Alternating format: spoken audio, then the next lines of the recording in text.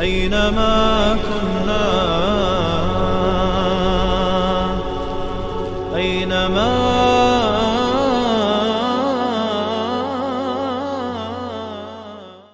بسم الله والحمد لله والصلاة والسلام على رسول الله. اما بعد، السلام علیکم و رحمت الله و برکاته. یکی از گناهان کبیره این خودکشی می باشد که بسیاری از دیار مسلمانان به این مصیبت گرفتار شدند. آنها گمان میکنند که وقتی که خودشان را میکشند از این مصیبت ها خلاص مییابند، اما این طور نیست.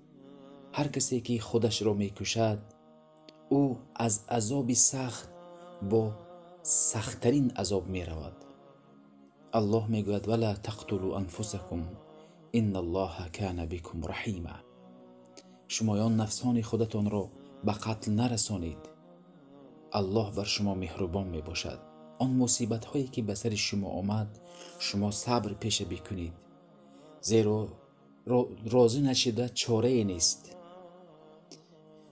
وقتی که حتی انسان باید جهل خود را از بین ببرد، وقتی که عمرو ابن عاص به لشکر به جای رفتند که همان شب جنوب شدند، خستند، طهارت و تیمم کردند.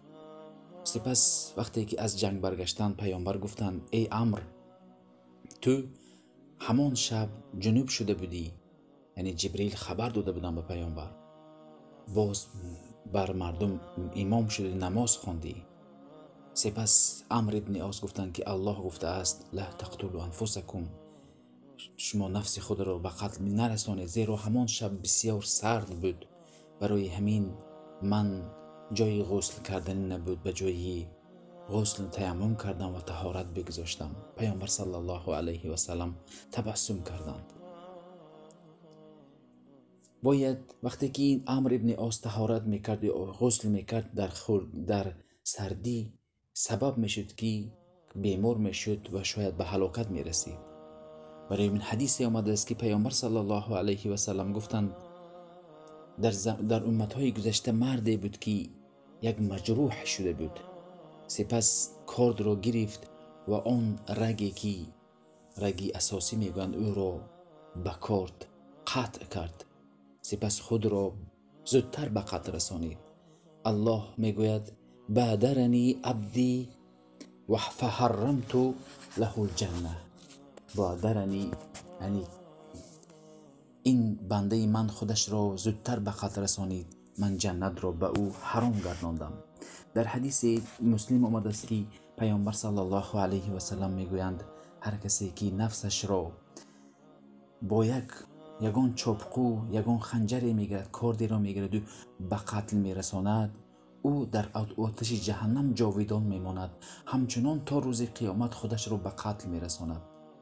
ببینید ای شخصی که به دردی خودت را کشتن گرفتار شده ای، تو گمان نکن که تو از این مصیبت ها خلاص میشوی، بلکه دست دعا به سوی الله بردار تا که این مصیبت ها را برطرف گرداند.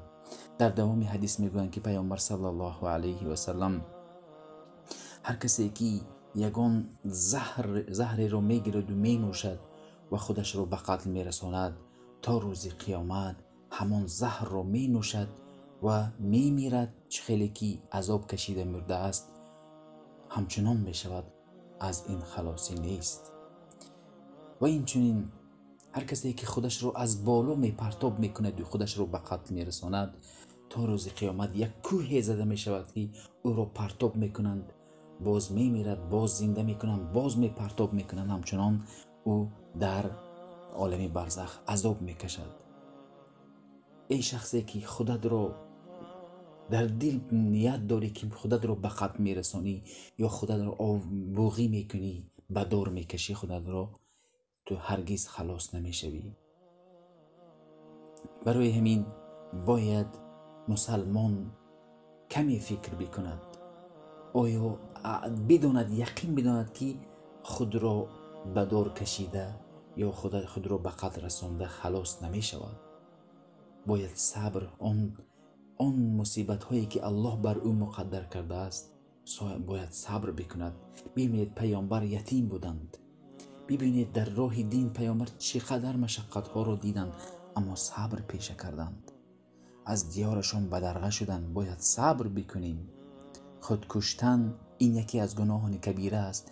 در زمان پیامبر یک شخص خودش رو به قتل رسانده بود. پیامبر به او نماز نخواندند، گفتند انسان‌های فاضلی، حکیم و فرزانه شریف با امام ها نماز نخواند، آدم‌های عادی بخواند تا که به این گناه شخصا دست نزنند. اگرچند که نماز خوانده می شود اما انسان ها، امام ها، عالم ها به او نماز نمی خوانند که تا که دیگرها به این دست نزنند. بنابراین دوستان گرامی، اما در نزد مردم شخصی که خودش رو به دور کشیده است به تنهایی همه استغفار بکند، اما امتا مردم یک جا جمع شده او را دعا نکنند، چونکه به گناه خود دست است که یکم به تقدیر مصیبت هایی که الله مقدر کرده است ناراضی کرده است. دوم جهل بر او فرمان روایی کرده است. از این دنیا به قتل رسیده خود را کشته نجات نمی شویم. بدترین عذاب و به بزرگترین عذاب برمیگردیم. این بود کمی درباره گناه کبیره.